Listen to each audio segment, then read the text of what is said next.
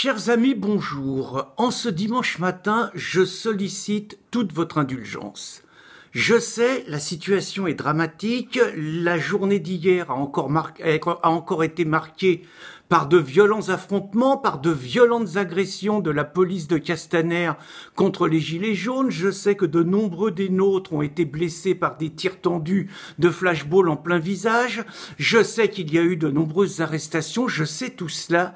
Et malgré tout, depuis hier soir, je suis régulièrement pris de crises de fou rire que je n'arrive pas à maîtriser et que je ne suis pas sûr de contrôler lors de cette vidéo.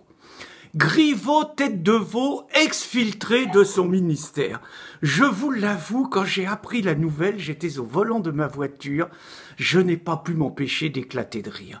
Je l'imaginais, puisque je me suis un peu renseigné sur les circonstances, je l'imaginais dans son ministère, dans son bureau, le cigare au bec, en train de regarder ces flics tabasser les gilets jaunes. Il était interviewé par un journaliste du Monde. Ce mec a pas arrêté d'insulter les gilets jaunes bien planqués, protégés par sa milice. Depuis des semaines, il les traite de factieux, il les traite de putschistes, il les traite de groupuscules minoritaires.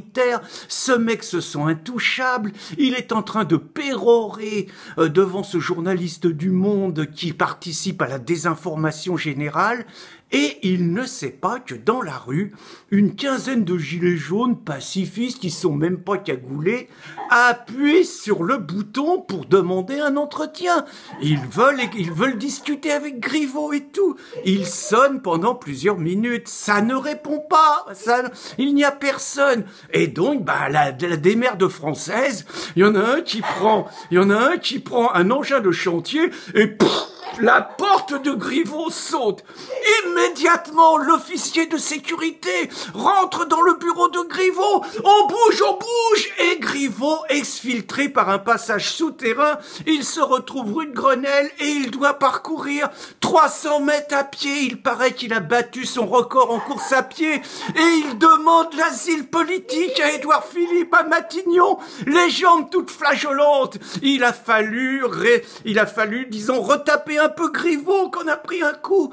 Et après, Griveaux pérore devant les journalistes, ils ont attaqué la République, ils ont attaqué la France et tout. Mais t'es pas la République, Griveaux, t'es pas comme Mélenchon, t'es pas la République, t'incarnes l'ancien régime, avec tous ses privilèges, ceux dont les Français veulent plus. Mais t'es pas la France, Griveaux, t'incarnes l'anti-France. Tu travailles pour un mec qui a pas arrêté d'insulter la France, tu travailles pour un mec qui est en train de détruire la France.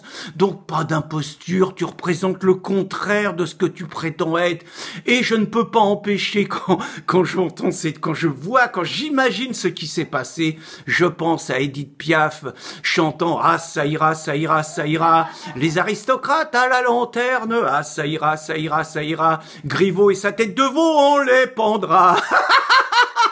Bon dimanche les amis.